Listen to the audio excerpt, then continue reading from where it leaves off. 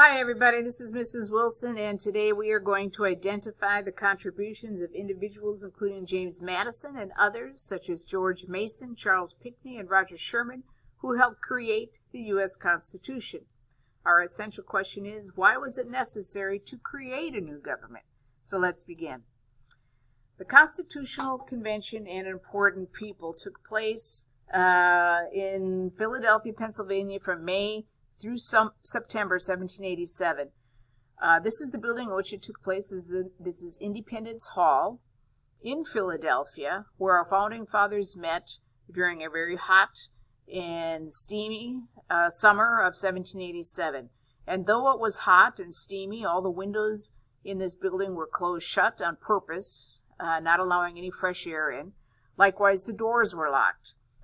They didn't want, after all, anyone listening outside those windows, as our founding fathers discussed possibly either revising or improving the Articles of Confederation or doing something even more drastic, and that was throwing the entire Articles out and starting all over again.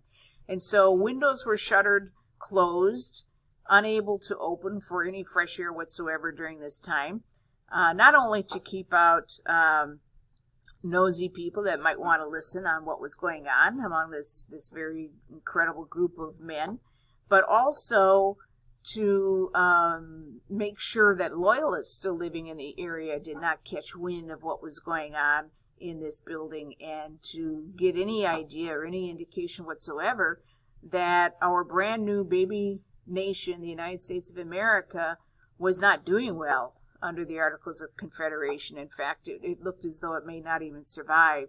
And the last thing you want are your enemies, Great Britain, France, and Spain, enemies, so to speak. They're kind of frenemies, not necessarily hardcore enemies, but if they sensed at all that the United States and the government of the United States was going to collapse, I'm pretty sure they would be like sharks that can smell blood in the water, and they're going to start circling and do anything and everything they can to gain entry back into North America. So it's really important that our founding fathers keep the proceedings of what was going on inside that building, keep that secret from inquiring minds, and that's exactly what they do.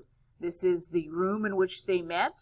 If you ever have an opportunity throughout your lifetime to visit Independence Hall and see this room. This is the exact room. I went there when I was a kid your age, and also as an adult, and it's really pretty inspiring to see where these great thinkers got together and debated incredible ideas about representation and liberty and justice. This is also where you would find the Liberty Bell, by the way. So in May of 1787, 55 delegates from 12 states met to improve or rather revise the Articles of Confederation. George Washington was elected president of the convention. Not really a surprise. He was, after all, one of the most respected men, not only in the 13 states, but also in Europe. He was highly regarded. He did what nobody ever thought possible, and that was to lead a group of untrained, undisciplined volunteer soldiers to defeat the greatest and mightiest army and military in the entire world, and that was Great Britain. So a tremendous amount of respect for him. He was known for keeping his cool under pretty stressful situations, and so that is him, of course, standing on the I don't know, I guess that's kind of like a little stage of some sort. And Benjamin Franklin and Alexander Hamilton is somewhere here too. I used to know who all these were at one point in time, who each of the faces were. But nonetheless, all the founding fathers are here representing the 12 of the 13 states.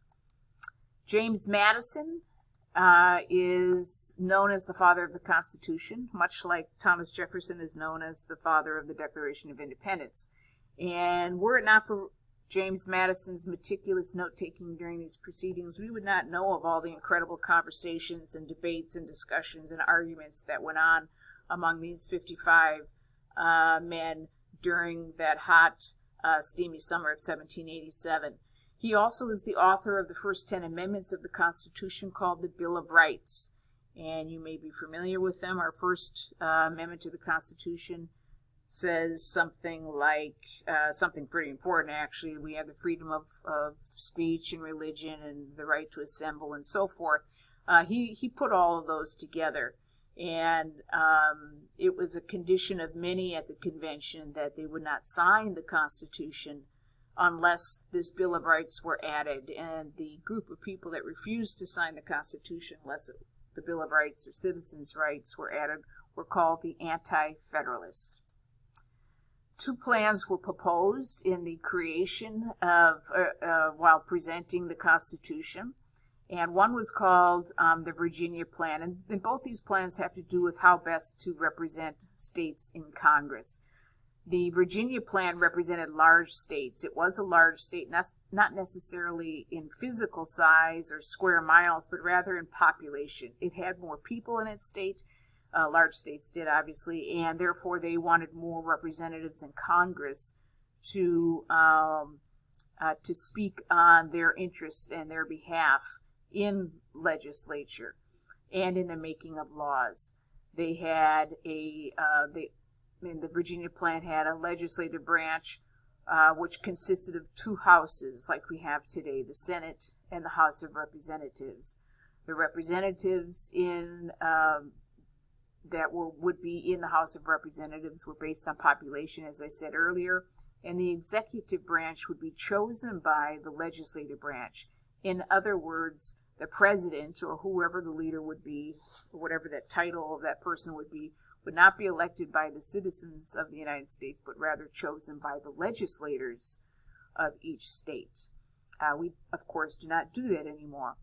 The New Jersey Plan represented small states who feared that the influence and power of large states and their representation would overwhelm them and their voice would be lost amid the many representatives of large states. And so rather than have representation based on how many people you had living in your state, they came up with an idea that representation would be based equally, whereby each state would have just 1 vote.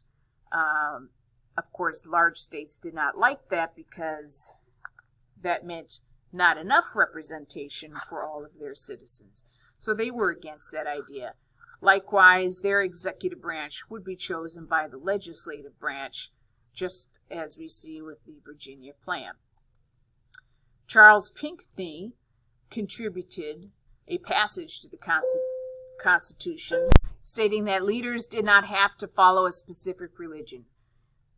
He was an important delegate from South Carolina who believed in the states and national government sharing powers, whereby neither the federal government or the state government would be more powerful than the other. They would have to share those responsibilities. And that idea is called federalism, and we'll talk more about that in the next unit. Finally, the Great Compromise. Roger Sherman was able to work out a compromise between the New Jersey and Virginia plans and come up with something that included the best elements of both plans. And that was called the Great Compromise, and we'll actually talk more about that tomorrow. Now, using your notes, I would like you to answer the mastery check questions. There are 5 of them that follow this presentation. You will have 1 chance to answer them correctly. You are using your notes, so it should be pretty easy. So take your time. If you have any questions about anything, do not hesitate to email me or message me. Have a good one.